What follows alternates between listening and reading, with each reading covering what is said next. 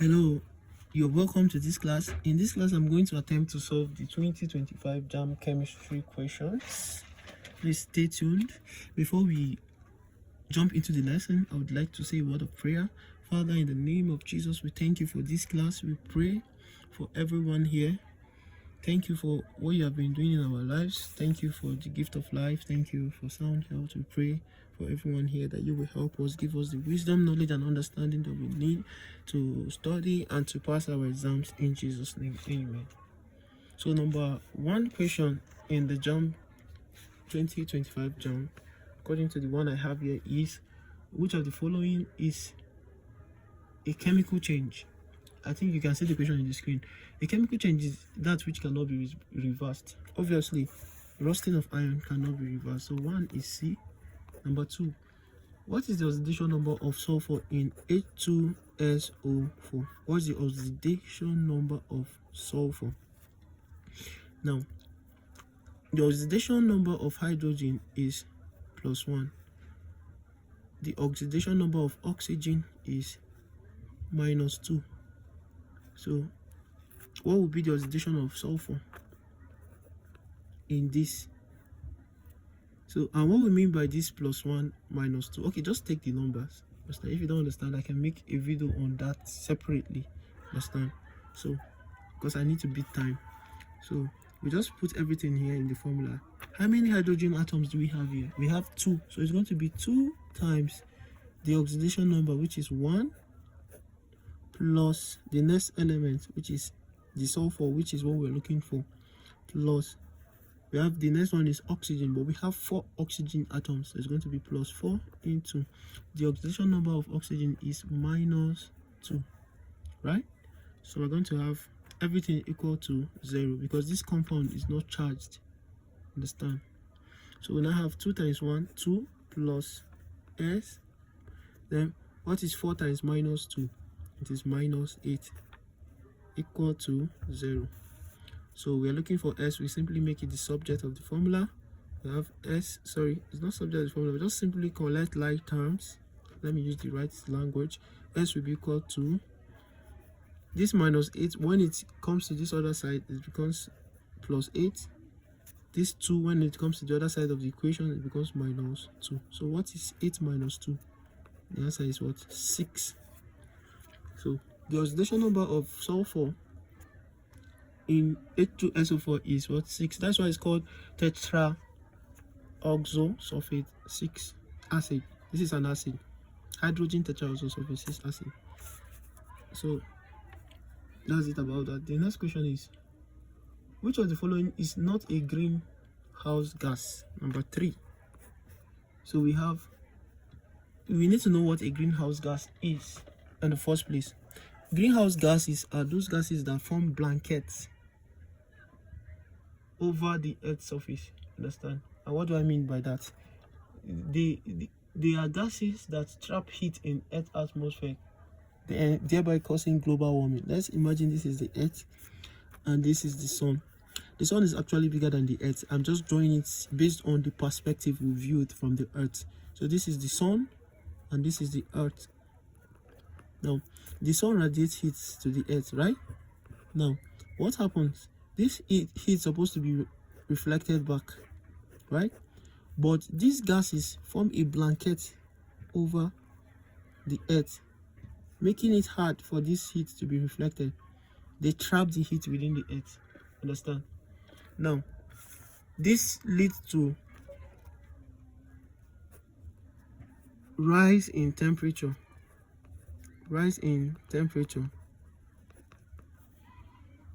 Then when the temperature of the Earth rises, that's what we call polar ice. If you did geography, the polar ice melt, then it will lead to extreme weather conditions. Example: flood, drought, hurricanes. Then ecosystem will get to shift, crops fails, and species migrate because they're looking for survival. Understand? So you just read about greenhouse house gases. So those gases are carbon dioxide, methane, water vapor, N2O, which is nitrous oxide. This is what we call the laughing gas. Then the popular ozone. So which of this is not in the option? Or which one is in the option that is not here? It is N2. There's no N2.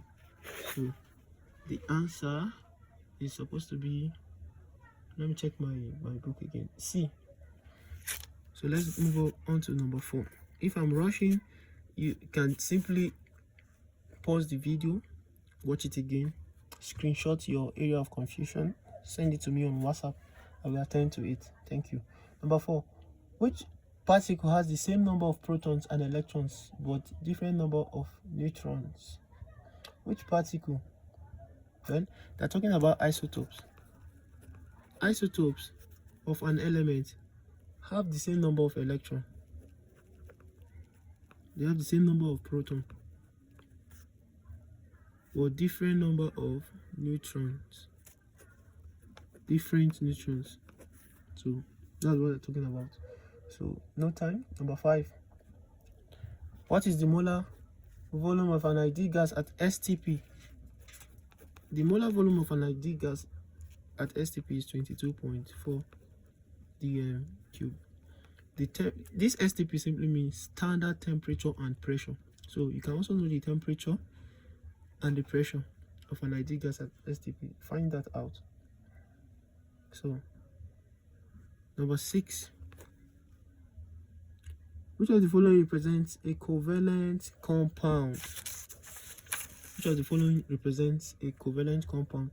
The first one, we have sodium chloride, then we have magnesium oxide, then we have water, then we have calcium chloride. Let's analyze the first option, sodium chloride.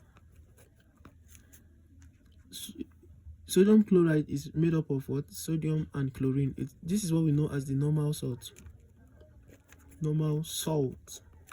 Now, before I go into the explanation or expansion, I want you to know what a covalent compound is. A covalent compound is one in which there is sharing of electrons.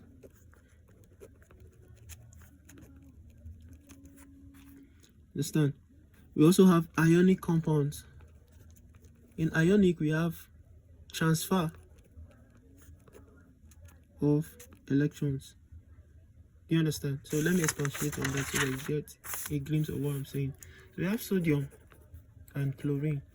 Sodium, the atomic number of sodium is 11 in the periodic table, while that of chlorine is what? 17. So if you draw the structure according to the KLMN shell, we have the first shell, which is the K shell. It can contain the maximum of 2 electrons. So we put 2 electrons here. The next shell, which is the L shell, can contain 8. So we have 1, 2, 3, 4, 5, 6, 7, 8. Right? The next one, which is M, can contain 8. But we have only 11 electrons in sodium. So we have 1, 2, 3, 4, 5, 6, 7, 8, 9, 10. 11, right? Now let's do that for chlorine. So we have the first shell, hydrogen, helium, lithium, beryllium, boron, carbon, nitrogen, oxygen, fluorine, neon, sodium, magnesium, aluminum, silicon, phosphorus, sulfur, chlorine. Right? Now remember I said this is the K, the L, and the M. This one requires 1 more to be complete because it has to be 8 electrons in a shell. 1, 2, 3, 4, 5, 6, 7. 1 more to be complete. This one requires how many to be complete? 7 more to be complete, right? Now it's difficult for sodium to get an element that will give it 7 electrons. So because it's difficult, it can easily just simply give out this 1 electron that it is having to this one, so that this shell will not exist anymore. It will now be stable, and it is called the octet structure. So this one also gains an electron and becomes stable also. In this scenario, sodium has lost one electron, so it becomes positively charged. Chlorine has gained one electron, it becomes negatively charged. Now you can see that there is a transference of what? Electrons. So this is what?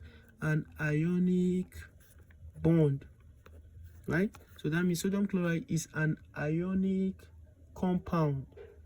So if you use the same analysis for all of them, you see that the only one that does not have a transference of electron is H2O, which is water.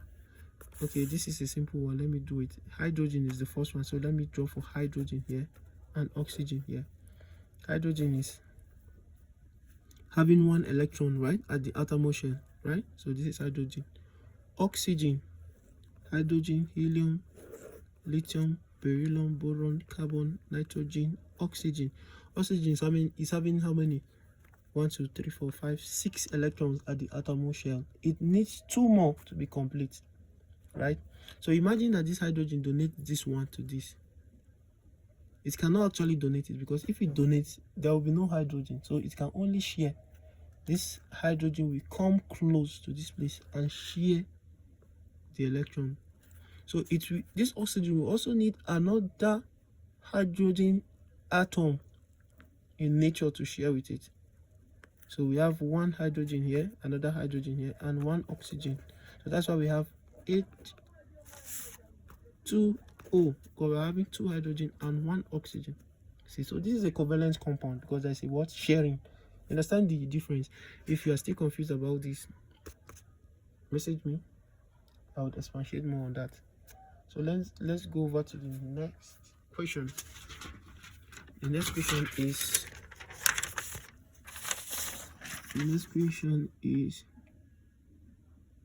which of these processes is endothermic? Which of these processes is endothermic? Now you need to know what is endothermic. Endothermic and what it means, what it entails to be endothermic.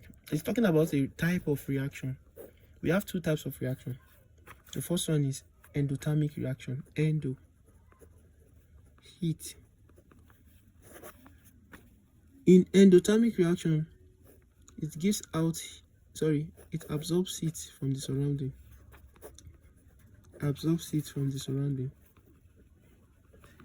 Then the second type of reaction we have is exothermic reaction. This is exothermic.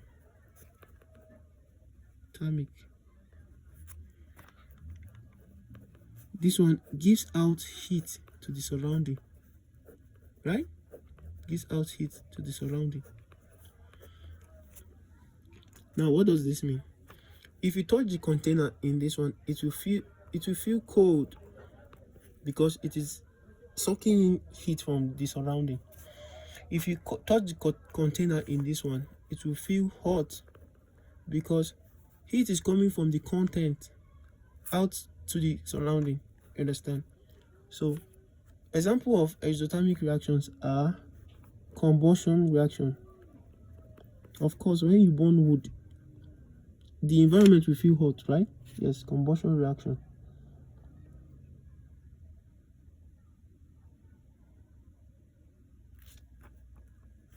Freezing of water.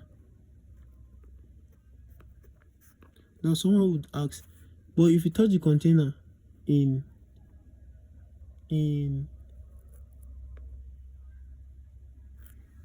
if you touch the container from a fridge, it feels cold, yes, but it is actually an exothermic reaction because it is giving out heat to the surrounding.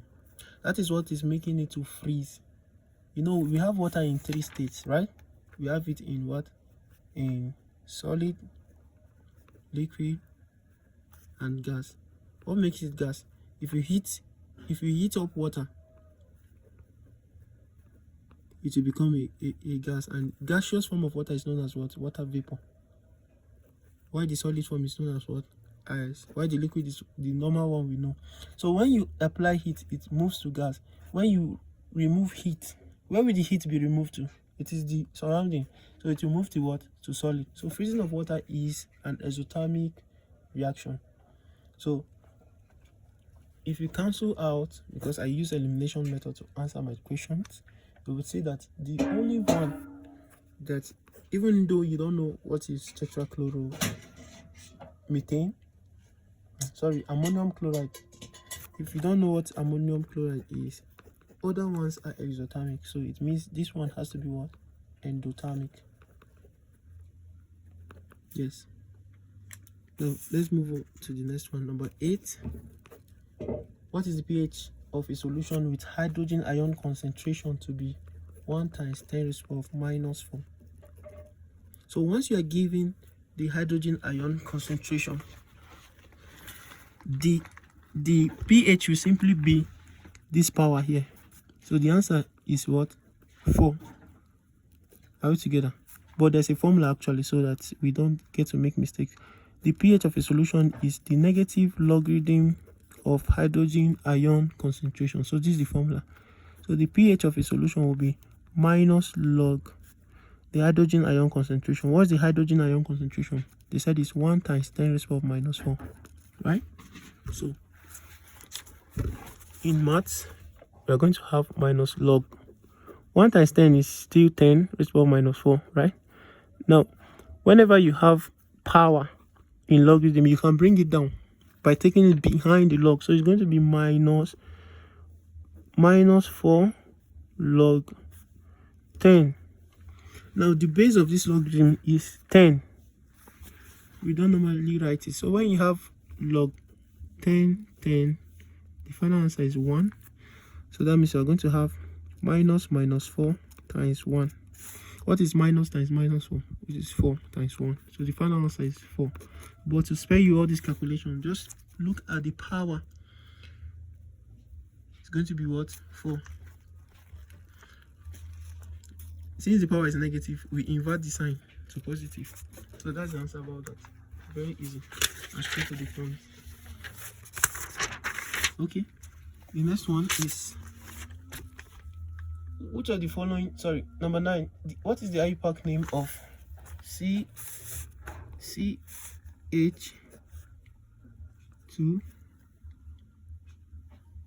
CH3 CH2OH? Right? Now I would advise to write it structurally. So we have 2 carbon atoms. The first one is having 3 hydrogen to it. We have hydrogen. The second one is having 2 hydrogen attached to it. We have hydrogen. Then we have an OH bonded to it. Right? So this is the structure. Now I will do a video on organic chemistry by the grace of God. So to name this, the first thing is that we have a functional group. We have different types of functional group. The functional group we have here is the OH, and which is the null. That is the alcohol. Do you get? So, and what determines the name of a compound is the parent chain. That is the number of carbons we have. If you have 1 carbon, it's going to be, because of the functional group, it's going to be methanol. If you have 2 carbons, it's going to be ethanol. If you have 3 carbons, it's going to be propanol. 4 is going to be butanol, and so on. So this place you're having 2 carbon atoms, right? So it's what? Ethanol. The answer is B. I said I'm going to do an elaborate video on organic chemistry so that we understand how to name organic compounds and what organic compounds are. And we also study about carbon catenation, which is the ability of carbon to form long chain. So which of the following is an alkyne?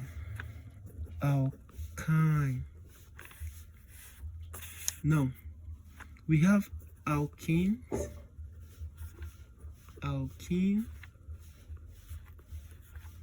and alkyne. We have 2 types of organic substances or organic compounds. The first one is saturated, which is the alkanes. Then the second one are unsaturated. Now what does it mean? It means alkanes are having single bond, while this one are having what? Multiple bonds. Yeah. And the general formula for alkane is CnH2n plus 2. The general formula for alkanes are CnH2n. Then the general formula for alkynes are CnH2n minus 2. So look at the formulas. Look at the options. We have C2H6, C2H4, C2H2, CH4. So let's assume n is 2 because from here we're having C2. So if n is 2, if you plug it into this formula, we're going to have C2H, what is 2 times 2? 4 plus 2, 6, right? That means C2H6 is what? An alkane.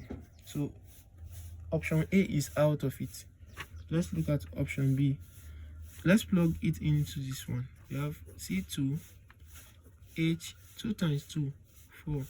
That means that one is an alkene. Option B is also out of it. The difference is this one is A-N-E, this one is E-N-E. So let's look at option 3. Let's plug it into this formula. We have C2H, what is 2 times 2? 4 minus 2, 2. So C2H2 is an what? Alkyne. So the answer is what? C. We don't even need to check the last one, which is methane, CH4. Understand? With time, you by just looking at the options, you don't need to do all this. You just get the answer. Number 11. What is the main ore of aluminium? The main ore of aluminium. Now the main ore of aluminium is simply bauxite. Aluminium has different ores. Where's the question? Number 11, right? Bauxite. So it's supposed to be B. Trying to see. So let's just move on. Bauxite. Hematite is the ore of iron. Galena is the ore of, I think, lead.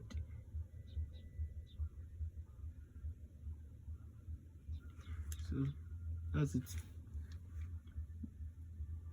Number 12. Which of these elements has the highest electronegativity? So we have what? Fluorine. Fluorine is actually the answer because it is fluorine that has the highest electronegativity. Now you would ask, what is electronegativity? Electronegativity simply means the one that is the one that is most electronegative, the one that has the highest nuclear charge. Understand? Nuclear charge is actually the charge of the atom. For example, I talked about gaining and losing of electrons, right? Yes, gaining and losing of electrons.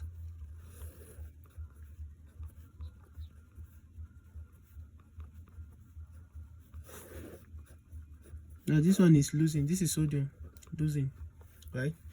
Why is it losing? Because it has one. It's easy to give out that one, and also it has fewer shells. Understand? Now when it loses, it becomes positively charged, right?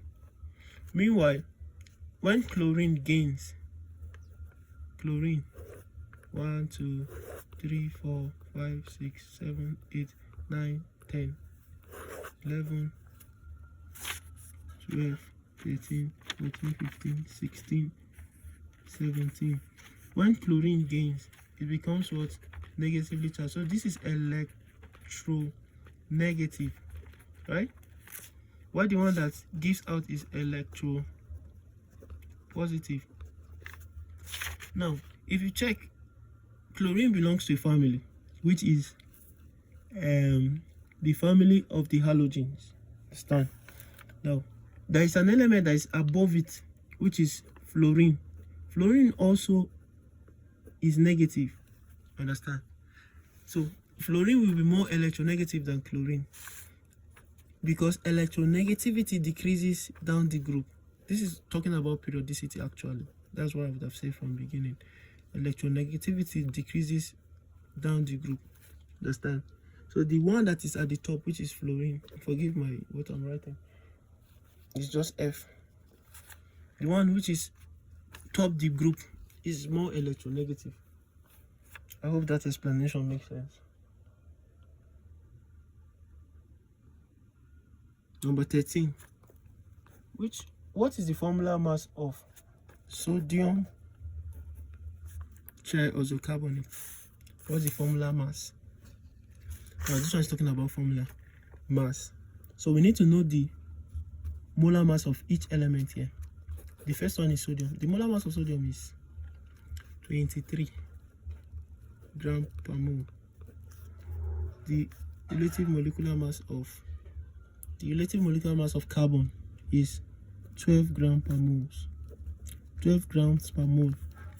The relative molecular mass of oxygen is 16 grams per mole. Now you'll be wondering how I'm getting these figures. If you know the atomic number, that's the position in the periodic table, just simply multiply it by 2. For example, sodium is number 11, right? So when you multiply it by 2, it becomes 22. But sodium is a special case, so it's 23. Carbon is number 6, multiply it by 2, you get 12. Oxygen is 8, multiply by 2, you get 16. There's just few exceptions. Examples to sodium, instead of 22 is 23. So we simply just add them. So sodium, but we have 2 sodium atoms here, so we have 2 times 23 plus carbon. We have 1 carbon atom, which is 12. Then plus we have 3 oxygen atom, 3 times 8. So what's 2 times 23? 46 plus 12 plus 3 times, sorry, this is not 8, this is 16. So 3 times 16 is 48, right? Now when you add 46 plus 12 plus 48, you are going to get 106. So the final answer is 106 grams per mole. This is the formula mass or the molar mass of sodium triisocarbonate. Put together. Then we have number 14. This one is similar to what we have done before. See how the questions goes about similar topics. So these are very, very important topics. If you don't understand, screenshot, watch it again, or ask me privately. What is the oxidation number of manganese in potassium tetraozomanganate? 7. I don't know. Yes, see, I've mentioned the answer already. So the answer is D, which is plus 7. But let's see how it is D. This is potassium tetraozomanganate. The oxidation number of potassium is plus 1. It is plus 1 because it gives out 1. It can only give out 1 electron. Also, you can say it is in group 1 of the periodic table. That is why it is plus 1. You understand? So it is highly electropositive. So this is 1 plus, we don't know for manganese, so we simply write the formula, plus 4, because we have 4 oxygen atoms here. 4 times, what's the oxidation number of oxygen? I think I've done that before. It is plus 2, sorry, minus 2, because it can receive 2 electrons to complete its octet structure. So you have 4 times minus 2 equal to what? 0. The final charge is resolved to 0 because there is no charge here. So we have 1 plus manganese.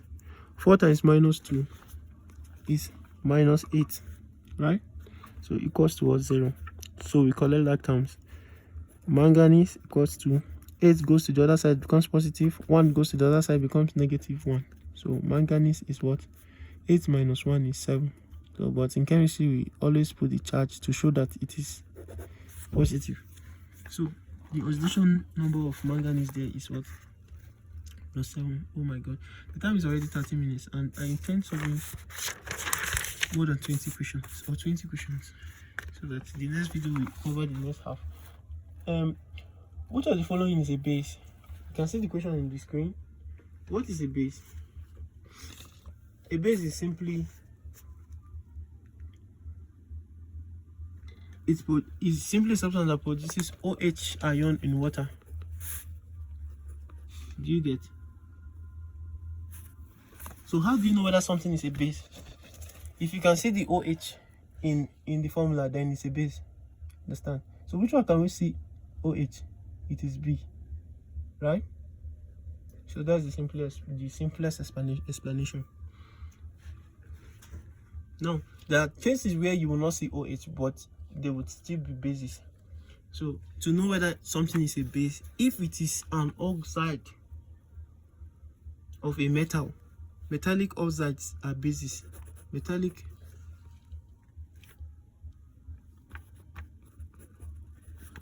oxide, for example, copper oxide, calcium oxide, magnesium oxide, they are all what? Bases, because they will dissolve, they will react with an acid to form salt and water only. We also have we have a metallic oxide that, because everything that there's an exception, that are neither bases or acids. Understand? So those ones are called what? Amphoteric oxides. So we have zinc and aluminum oxide are what? Amphoteric.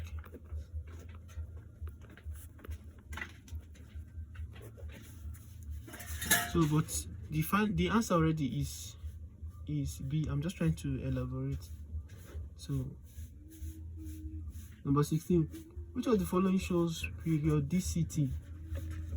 Which of the following shows periodicity? Okay, let me add to this. Oxides of non-metal are acidic. For example, give me a non-metal, sulfur oxide, right? It's acidic.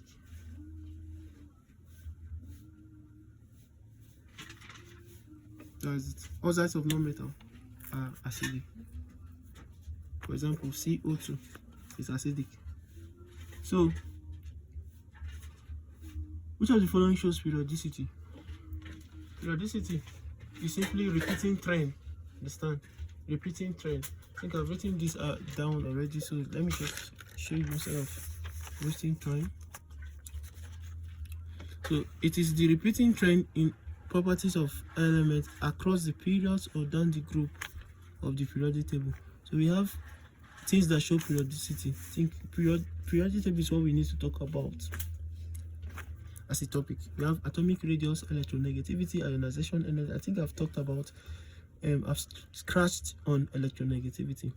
We have reactivity, electron affinity, metallic character, and reactivity. So which one is not there? The option that is not there is D, which is, sorry, they say which one shows. So it's ionization energy. Yeah, so that's it. Number 17, which of the following is not a property of acid? Now we should know what acids are. Acids, they have sour taste. For example, we have acids in fruits. For example, if you take lime, what happens to you? It's sour, right? So why is it sour? It's because of the acid content. So acids have sour taste. Acid turn blue litmus red. Acid react with bases to form salt and water only. Acid are corrosive, so they don't have a soapy feel. So the answer is D. It is bases that have a soapy feel. Number 18, the major constituent of natural gas is what? Methane. The major constituent of natural gas is methane. Okay, let me target to make this video 45 minutes. So the major constituent of natural gas is methane. Number 19, what is the number of neutrons in, I can't really see that. Number 20, the process of separating liquids with different boiling points is called, the process of separating liquid is called, now this is talking about separation techniques, right? Process of separating liquid with different boiling points is called distillation, right? It's as simple as that, because we have two types of separation. The first one is homogeneous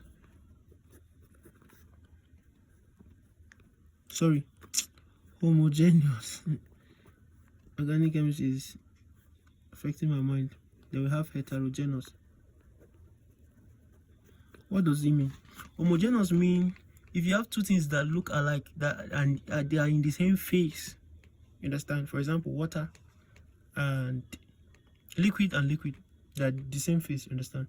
So, but heterogeneous are things that are in different phases. For example, liquid and solid. So, for example, water and sand. Understand? So, when you have homogeneous mixture, you use distillation, chromatography. Forgive my handwriting, I'm just being fast. Then crystallization,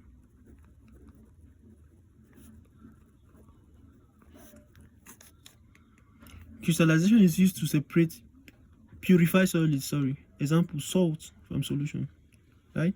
Now distillation is for liquids that have different boiling points, so that as one is boiling out of the water, the other one will be left behind. Do you understand? For example, fractional distillation in purification of crude oil, because kerosene, petrol, all of them have different boiling points. One will be going and the other one will be left behind. So that's distillation. So we have heterogeneous, we have filtration. For example, you have water and sand, you want to separate it. It's simply to pour out the water. Yes, use a filtration funnel to filter out the water and get the sand. Then we have decantation. This is for immiscible liquids. For example, you have crude oil. You have what is it? Engine oil and water. You know the engine oil will be at the top, right? If I'm correct. So you simply just pour it out. Understand? Or you have mud and water, you simply just decant the water out. Or you have nail in water, you just pour out the water and get your nail. But you can actually use filtration. Then we have magnetic separation. That one does not need explanation. Then we have centrifugation. This is used in the laboratory to separate blood sample. You bring your blood sample, they turn it at a very, very high speed, so the components of the blood separate. You see the blood, water and every other thing come out. Then they can now continue to carry out the experiment. So let me not dwell on that. Number 21, what is the shape of water molecule? The shape of water molecule is bent or angular. Understand? We have the shape of a covalent compound or a covalent molecule can actually be linear, bent, trigonal, planar. Yes, sorry about that. Trigonal, planar, tetrahedral, trigonal, pyramidal. So let me give you the table. Trigonal, okay, tetrahedral, trigonal, pyramidal. So the shape of covalent molecules. You remember covalent? Covalent means they are sharing. Example of this one is ammonia. Example of this one is methane. Example of this one is BF3. What's BF3? I've forgotten. Example of this one is water. Example of this one is linear. We have what? Carbon 4 oxide and beryllium chloride. Now, those are the examples. We can also expatiate on this more if you don't understand. should know this, but just know that these are covalent molecules and these are the shapes. So the next one is number 22, right? Which element form a basic oxide? See, I've talked about this. A basic oxide is formed when oxygen reacts with a metal, right? Right, so we have CO2, SO2, they are all non-metals. Then sodium oxide. So the answer is sodium oxide because sodium is a metal. Oxygen reacts with a metal, we form a basic oxide. Oxygen reacts with a non-metal, form acidic. See, repetition, there's so many repetition of questions. So once you get the concepts, you would scale through, understand? So number 23, the number of unpaired electrons in an oxygen atom is the number of unpaired electron in an oxygen atom is, wow. So what's oxygen? Number 8. Oh, this is talking about Alva's principle. Because if we draw the structure like this, we are not going to get it. 1, 2, 3, 4, 5, 6, 7, 8. Okay, we can actually get it from this place. Now you can see that oxygen is having 8 electrons, right? In the atom shell, these two are pairing with each other. These two are also pairing. How many are not pairing? It is 2, right? Hope my explanation is correct. So the answer is C, which is 2. Number 24. Which of the following has the giant covalent structure? It is diamond. Diamond has a giant covalent structure, and what it means is that there's no discrete molecules. The entire solid is just one molecule. So other examples are, okay, we have diamond. Other examples are silicon. This giant covalent structure. Now you can see they've asked about structure, they've asked about shape, they've asked about some other things about covalent. So just let me know, do we need a video on this? So we have silicon dioxide, which is SiO2, which is what we know as our sand. Understand? You cannot split sand. You cannot split this in nature. If you take a piece of sand and split it, it will still be sand. You take a piece of diamond and split it, it will still be diamond. Then we have graphite. So these are what? Giant in nature. Understand? Unlike carbon 4 oxide, which is a covalent molecule, but it can be split to carbon and oxygen, right? So that's what that is talking about. So the answer is diamond. Number 25. Which of the following gases is monoatomic? We have oxygen, nitrogen, neon, chlorine. It is C, neon. All the noble gases are monoatomic. And what that means, if you look at the first one, you would see oxygen is having 2 here, so it is diatomic. It is only neon that doesn't have that 2, so it is monoatomic. And all the other ones in the family, which family is this one? Noble gases. All of them there, because this is talking about periodic table, are monoatomic. So we have a minute to go. Let me just think. Which of the following is used to obtain pure water from salt water? The answer is distillation. Distillation.